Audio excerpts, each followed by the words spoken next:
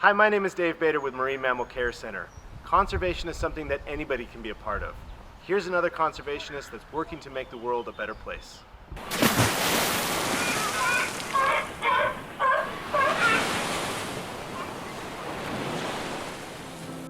Hey everyone, my name is Luis Rodriguez. I'm the volunteer manager for TreePeople, one of the funnest and most accessible volunteering organizations in Los Angeles.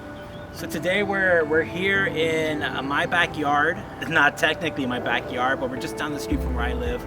We're in the San Fernando Valley, and right behind me you see the Los Angeles River. We're at the Zev Yaroslavsky Greenway Trail. This is a site where TreePeople has been doing restoration work. You might hear an airplane at the same time as you hear birds. And right in the middle there's a river, and on the other side of me there's people's homes, right? And for me, someone who grew up in Los Angeles, this sharing, if you will, of space is something that I've come to embrace. And this is a place where folks can come and hike. People can come here and use their bicycles along the LA River. So we're very grateful for the grant that we got to do this work and to keep a space like this accessible to people that live nearby. It's important to have spaces like this because living in Los Angeles can also be very stressful. Being working class can be very stressful, having a family can be very stressful, having student debt can be very stressful, having family members who are ill can be very stressful. And a space like this gives you that opportunity to hear the birds, check out the trees, look at the different species. If you get home at 5 o'clock from work and you only have 30 minutes or an hour to go out and enjoy some nature, having areas like this accessible, it's absolutely necessary. So conservation is important because at a certain point you realize there's only one Earth, there's only one place that you'll inhabit, and I think it's something that you're able to embrace really and not think of it as an extra responsibility, but as a way of life and as a way of appreciating what's around you. The time to act is now, and we need more folks to get involved. And I am a firm believer that time is running low. Conservation is important if we expect this world to go on with us. I got into conservation at a very young age in a very non-traditional way. My dad actually left Mexico as a farmer, came to Los Angeles and actually got into gardening. So at a young age, I picked up a shovel alongside him.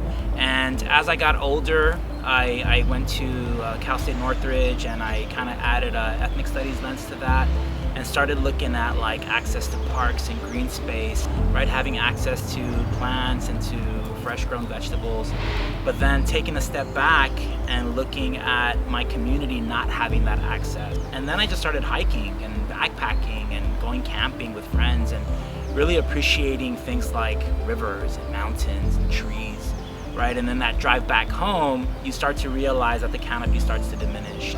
Certain areas or certain neighborhoods don't have that same access that other neighborhoods do.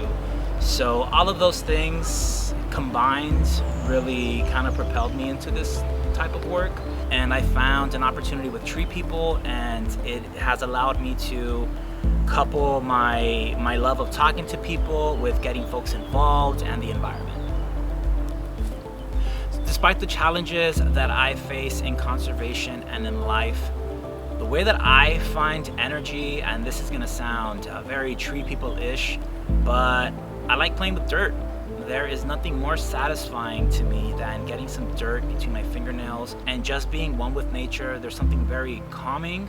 Some of us at TreePeople like to think that trees have the ability to soak in our stress and our negativity and turn that into positivity. I'm a firm believer of that. So any chance that I get to do some gardening, some weed removal, some tree watering, I am there.